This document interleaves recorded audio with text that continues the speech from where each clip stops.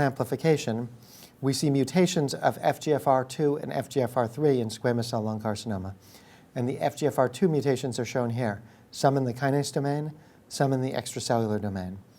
And this is work from Rachel Liao, a graduate student working together with Peter Hammerman in our group. And what you can see here is that BAF3 cells transformed with controls, either IL-3 or an EGFR mutation, are not sensitive to the FGFR inhibitor BGJ398, while BAF3 cells transformed with a variety of FGFR2 mutants are highly sensitive to BGJ398. Finally, there are also translocations of FGFR3. And this is an example of sequence reads with next-generation sequencing and validation of Sanger sequencing, identifying the FGFR3 TAC3 fusion in two different cases of squamous cell lung carcinoma, work of Young-Wook Kim working with Gunshil Park at Samsung Medical Center here in Seoul, together with Peter Hammerman working in our group. And these translocations are found at relatively equal frequencies in cases from Korea and from the United States. So finally, just for this section, I'd like to summarize that instead of simply a few targetable alterations in lung squamous cell carcinomas, we now see a wide variety of such targets identified by genomic alterations, bringing new hope for the treatment of squamous cell lung cancer patients. I'd also like to mention the most surprising finding that we had in our study of squamous cell lung carcinomas, and that's inactivating mutations in HLA-A, essential for immune recognition. These mutations suggest that some squamous cell lung cancers are actually evading the immune response by mutating HLA, and I think this may be therapeutically important because we've seen dramatic responses to immunotherapeutics agents, such as inhibitors of PD-1 and PD-L1 in squamous cell lung cancers. And it will be interesting to understand whether those cancers with HLA mutations are potentially more sensitive or potentially less sensitive, and one could explain either outcome to some of these immunomodulatory agents. I'd now like to turn to targets that we found in lung adenocarcinoma from systematic sequencing. And at the beginning of the talk, I had spoken about EGFR mutations. But in fact, at the beginning of the TCGA study, we knew of a variety of therapeutic targets found over the years. KRAS mutants, and I had mentioned EGFR and BRAF mutants, ALK translocations, and a variety of others. When we look at copy number alterations in lung adenocarcinoma, what we're looking here is genomic position here versus statistical significance in this dimension, amplifications shown in red, deletions shown in blue. The most significant deletion is in CDKN2A in the cell cycle pathways, as shown here, amplifications in MYC, in telomerase subunits, TERT, and TERK, in NKX2-1, as I mentioned here, in cell cycle components such as CDK4, MDM2 in the P53 pathway, and then receptor tyrosine kinase RAS-RAF genes such as EGFR, MET, KRAS, and ERBB2. When we look at mutations, the most frequent mutations are in the P53 gene, about half of lung adenocarcinomas, followed by KRAS. And in fact, we see a variety of mutations in KRAS, EGFR, BRAF, and other members of the receptor tyrosine kinase RAS-RAF pathway. One of our goals in the TCGA study was to extend the finding of oncogenic mutations in this pathway. And in fact, we see recurrent oncogenic mutations in RIT1 clustering in a domain analogous to the Q61 mutation in KRAS, a related gene. And these mutants are transforming, as shown here, because they lead NIH3T3 cells to be able to form tumors in mouse xenografts. So this is a new oncogene in the RAS pathway. We've also seen the biggest surprise in this study, splicing factor mutations, both S34F mutations in U2AF1, also found in a variety of hematopoietic malignancies, and loss of function mutations in the RBM10 gene. I have to say, when we started sequencing lung cancers, I never imagined that we'd find mutations in splice factor genes. And at present, we don't have any good understanding of how these mutations cause cancer. But we actually do find some other interesting RNA splicing alterations. And shown here is just RNA sequencing. We enrich for poly-A messenger RNA. We fragment the messenger RNA. We convert to cDNA and sequence. And then we align this sequence to the reference genome. And we can see, for example, perhaps they're missing reads corresponding to exon skipping. And so, in fact, we see here in the TCGA data, and it's been reported by others, notably Jong-Sun So and colleagues from Seoul National University, an abnormal MET transcript with skipping of exon 14. And we found this both with mutations in splice sites, with deletions near the splice site, and with a stop codon inside of exon 14 that affects the splice enhancer and leads to exon skipping.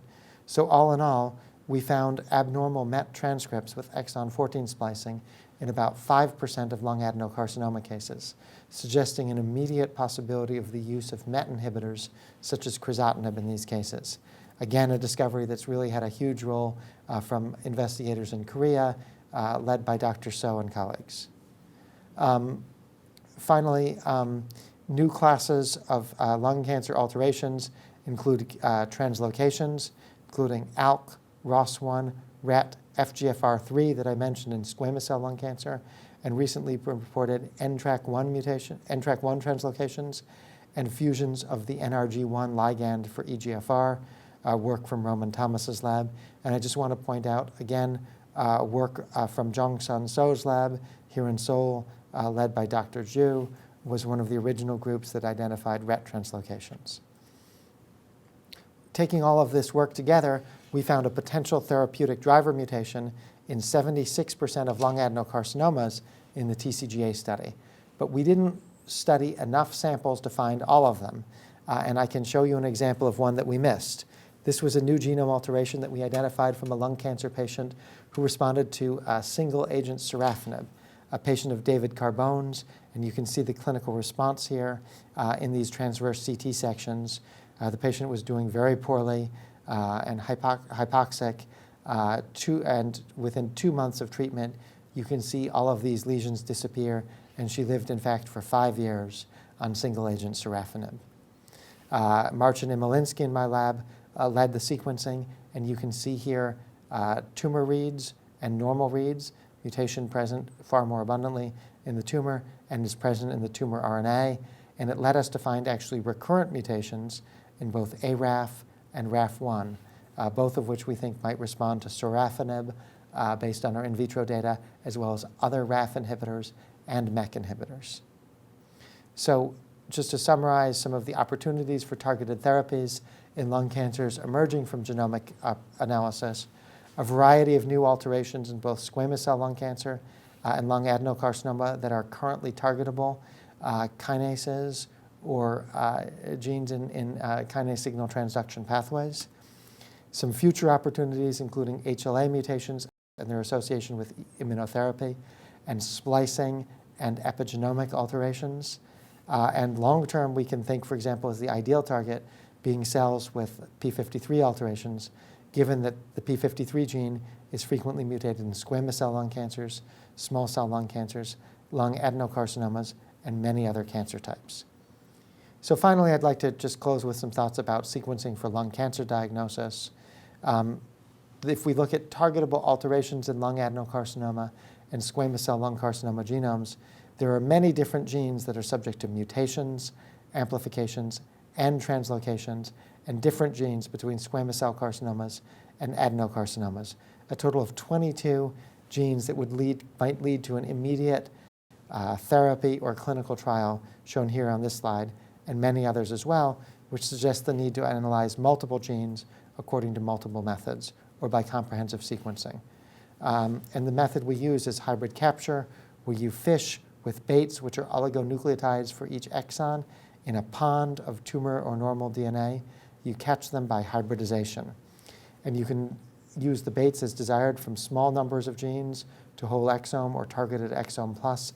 And the high depth of coverage for selected genes allows us potentially to overcome tumor heterogeneity.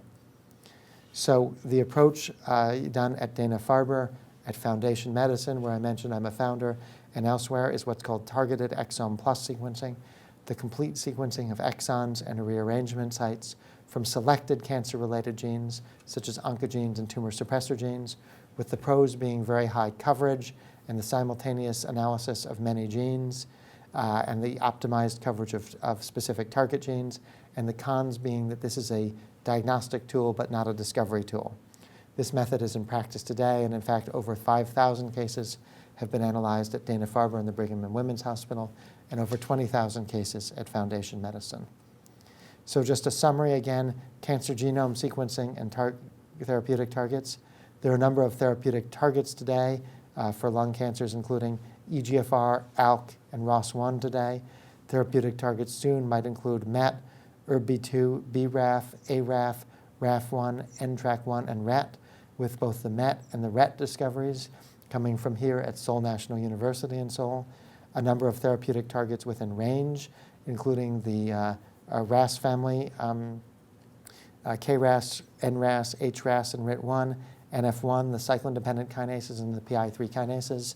Therapeutic targets someday, including P53, aneuploidy, epigenetic regulators, and splicing factors. Today, we sequence a few or a few hundred genes for patient diagnosis. In the future, with continued improvement in technology, I believe that we'll be able to sequence whole cancer genomes, potentially from hundreds of individual cells, to capture the whole picture of the cancer genome. I'd now like to thank members of my group and others. I showed work of Alice Berger, Angela Brooks, Josh Campbell, Rachel Liao, Peter Hammerman, and Eric Cullison, and others. Here are members of my laboratory at our